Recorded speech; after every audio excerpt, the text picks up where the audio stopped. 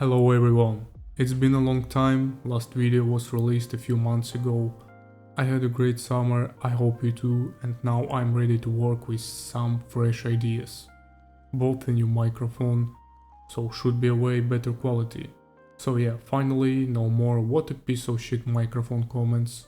Anyway, in this video I'm going to be talking about the new procedural animations of character, new 3D models of weapons, environments, characters, some work with textures, and problems with general visual style.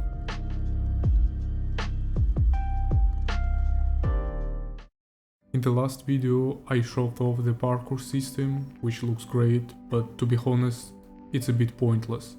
Because sometimes it's easier for the player is just to press the spacebar button and jump on obstacle than to play the parkour animation. Moreover, the player can't even shoot when the parkour animation is playing. Why did I make the parkour then? I don't know. But I don't want to delete it, I need to think about how I can improve this system and make it really useful for the player. I hope to solve this problem soon, but not in this video. Also, who watched the previous devlog remembers that I created a new character system. Instead of hand models attached to the camera, I created a complete 3D character model, where the player can see his legs, for example, when he jumps over obstacles. But back then I hadn't yet created procedural character animations. Well, they're ready now. In short, they work by moving the bones in world space with a procedural weapon rotation. When the camera turns, I simply interpolate the rotation of the right hand bone, where the weapon is attached, and the left hand bone to copy movement. Aiming, unfortunately, was a bit more challenging, so for procedural aiming and recoil animations I moved the root bone to the center of the screen, parallel to the player's camera, which by the way is also attached to a bone. And all other child bones of the hands, weapons and so on follow it. There is no need to explain much more, so go next.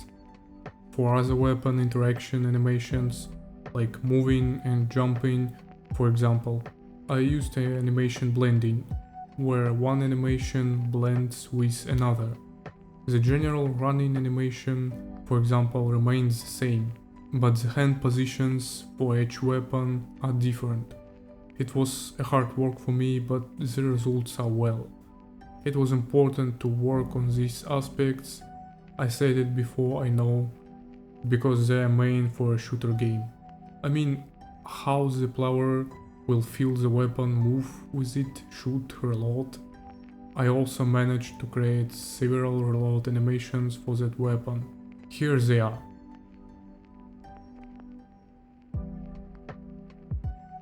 I did my best, but there are still some moments I am not satisfied with. I feel like the reload is too linear. Also, I tried to make it more dynamic. In general, my animations reference is Call of Duty Modern Warfare 2019. It really impressed me with the animations. Nowadays, many shooter games try to achieve animations as cool as this game. But I'm not an animator, so...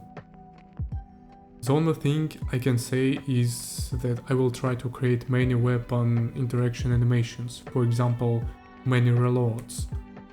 I have already made 2 for regular reloads, when mag is not full empty.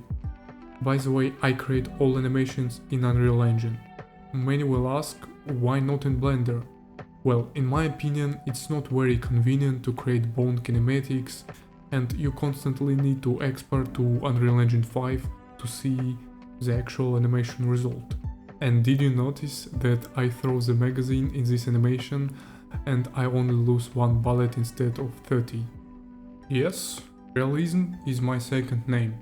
I also managed to create a few new characters and weapons, starting with main story characters. To begin with, I changed their faces and hair to make them look less low poly. I designed a couple of new bodies for them, created second character. It can be challenging to create a truly unique characters because they are all tend to look quite similar.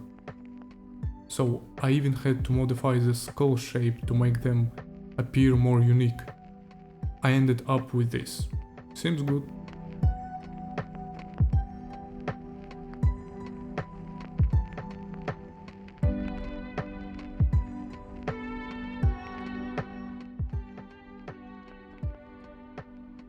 As for the weapons, it took much longer. In short, I purchased real 3D weapons models and then customized to the stylized look. Created bones to animate and created the texture UV mapping. I also work with the materials, making them look slightly more realistic. As a result, you might notice that the game is gradually changing from a low poly style to something more, I don't know. And now I'll try to explain, seems like excuses, but never mind, why I haven't been releasing new devlog for so long. I was almost done with the game's storyline and started working on level. The first level should be a training level for players, where explains game mechanics and some input. Where I built this map, I didn't realize how it was started to transform from low poly into something completely different. Not even cartoonish. Realistic textures with normal maps, 3D models with a pretty high polygon count. I paused and asked myself what I'm doing and why. I mean, I already had low poly models, why complicate things again? But then I played on this map and I really like the result. Especially how the reflections look. Even the characters look good there. I realized that this is what I need to do. Combine two visual styles, realism and low poly. Yes, if we combine realism and low poly, we will achieve something called stylized. But actually it looks more different in my head now. I even made a poll in my Discord group. Everyone liked this idea. 2 people even reacted with their eggplants. I just want to create something memorable in terms of visual style and started thinking about how to do it best. First I opened Quixel, downloaded some textures from there and edited them in Photoshop to make them more stylized.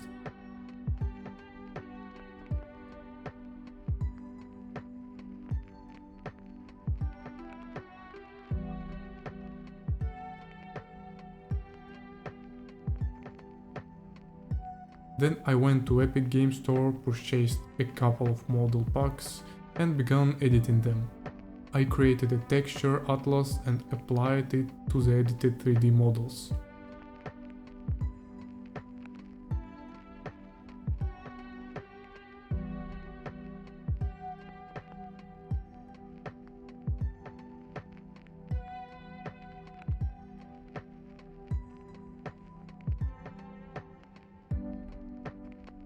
This is the final version.